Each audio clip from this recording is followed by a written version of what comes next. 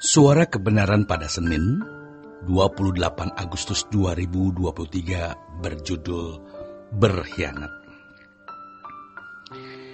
Ambillah keputusan untuk menghormati Allah dengan kapasitas, intensitas, porsi yang tidak terbatas. Itu tergantung kita.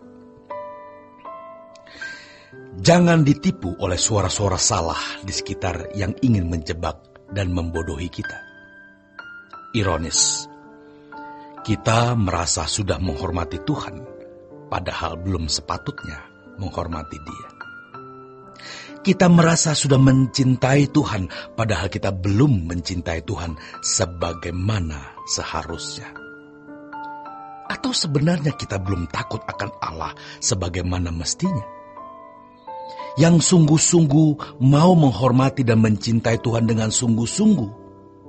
Yang sungguh-sungguh minta agar memiliki hati yang takut Allah pun tidak mudah meraihnya. Apalagi kalau kita tidak menganggap itu berharga. Saudaraku sekalian, kalau kita menganggap hal bersekutu dengan Allah, hal perkara rohani adalah hal yang mahal, maka apapun kita lakukan. Mungkin pada mulanya kita tidak suka dan berat, tapi lama-lama tentu tidak.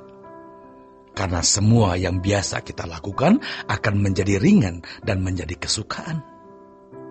Allah memberi begitu limpah hadiratnya. Allah pasti menjumpai kita. Tapi kita yang tidak menjumpai Tuhan. Padahal indahnya hidup ini adalah, keberhargaan hidup ini adalah kalau kita mengalami perjumpaan dengan Tuhan, saudaraku. Mestinya semua menjadi tidak berarti asal kita bisa memiliki Tuhan dan bersekutu dengan Dia. Tuhan harus menjadi segala-galanya. Tuhan adalah jawaban seluruh kehidupan kita.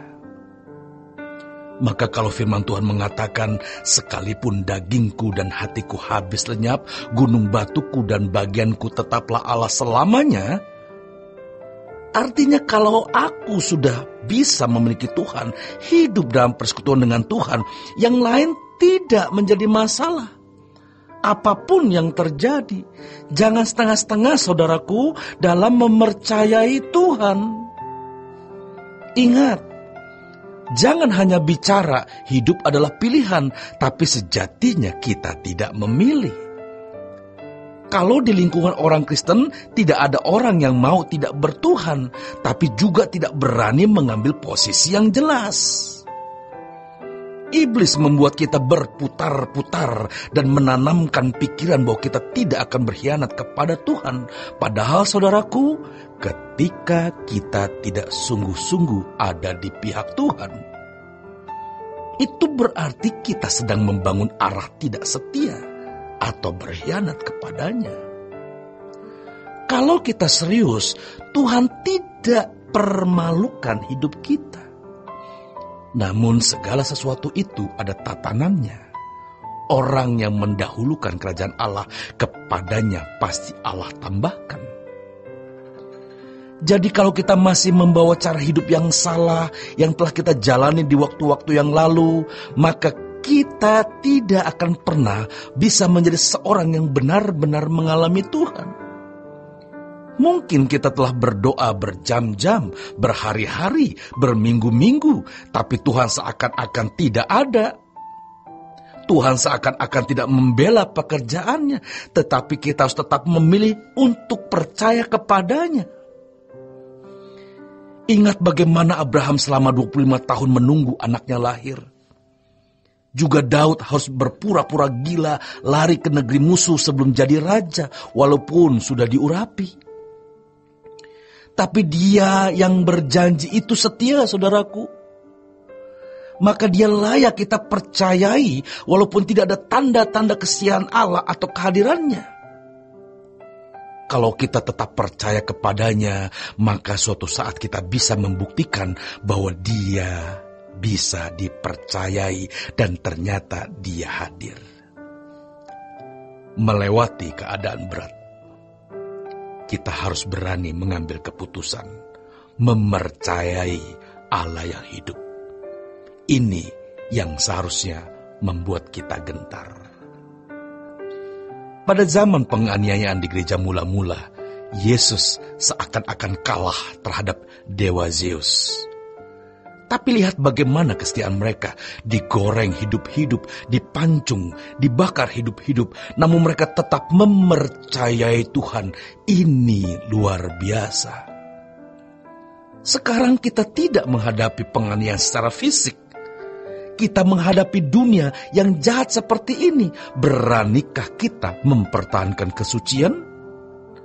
Kalau dulu yang dihadapi adalah penganiayaan fisik, sekarang kita menghadapi penganiayaan batin.